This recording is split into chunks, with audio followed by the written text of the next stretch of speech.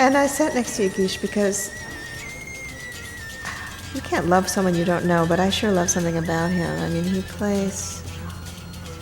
just, if there's a string, you know, in us, he plays it. There he was, the master, and at some point, you know, he knew I was listening, and he gave me a lot of courage, and he leaned over and he showed me.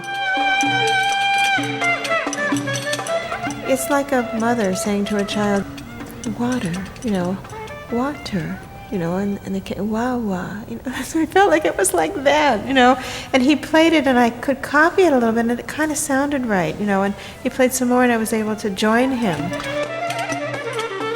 What am I practicing? I'm practicing listening, learning, being open, wanting to hear the other person's truth, being humble. Shouldn't those be at the peace process too?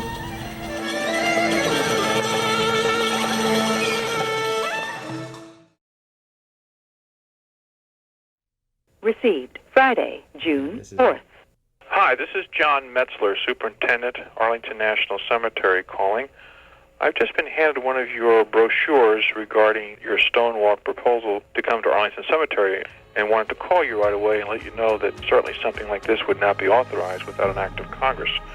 So I wanted to let you know that right away so that you wouldn't make any plans that couldn't be undone. Ready in front?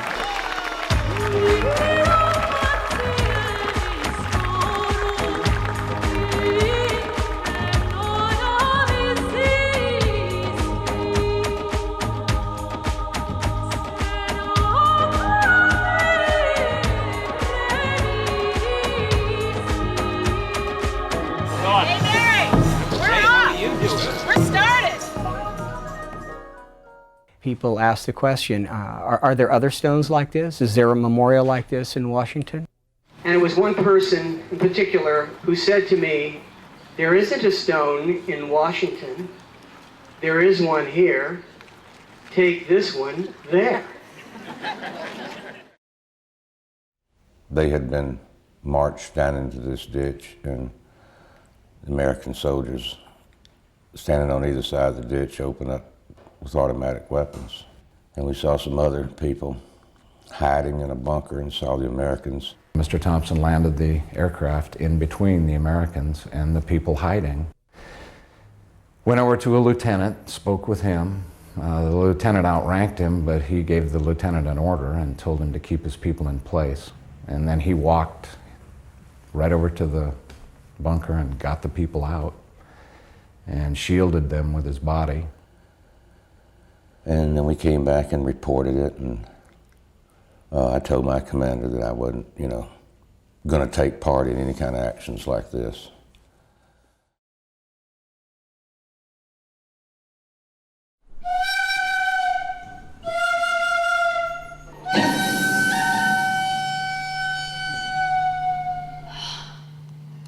Me he visto en la parte más alta de la montaña.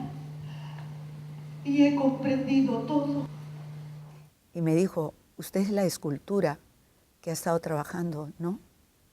Me dice, su historia es verdad, es de verdad, me dice. Pero también es muy bella. Y de venir aquí al mercado. Y entonces esta mujer me empezó a contar lo que le había pasado en la guerra.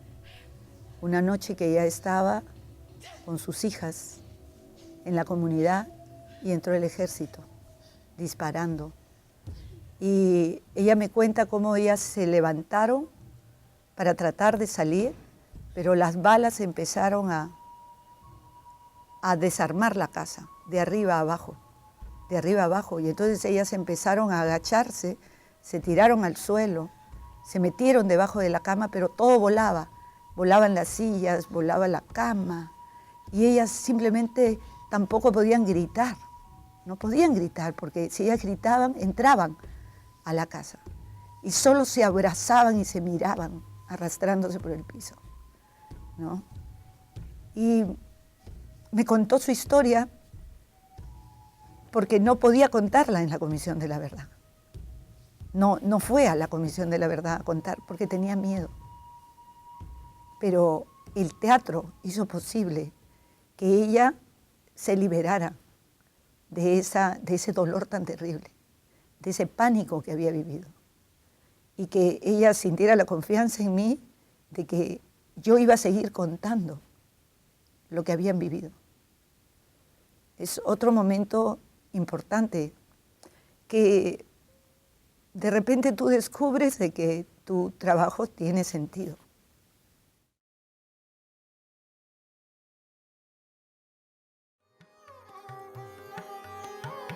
Many women are part of the musical tradition, in classical music, in pop, as well as in film music. However, some of these tropes of the quote-unquote public woman have continued. Even when she is married and is ostensibly respectable, right, she's referred to as a public woman.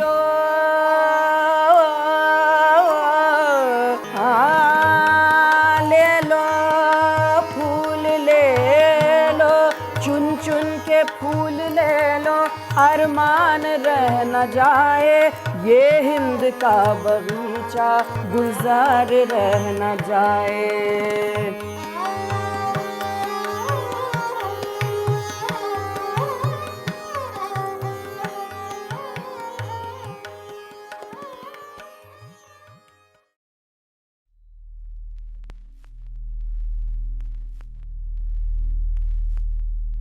Mother, approaching in a gauzy dress cinched tight at her tiny waist, perfectly carved outline of her being, she turned her head with the sinister grace of an owl. She stared at me, not into my eyes, not into my eyes. My mother stalked me for her kind, zombies sucking at our dark passions. Wanderers with pallid, O-mouthed groans and beautiful bodies of dust. A grainy film loop flickers in the crabgrass backyard, the too close footsteps in dressing rooms, predator's eye in the narrow sliver of curtain. There are other scenes lost in the attic, in the dusty places behind paneled walls.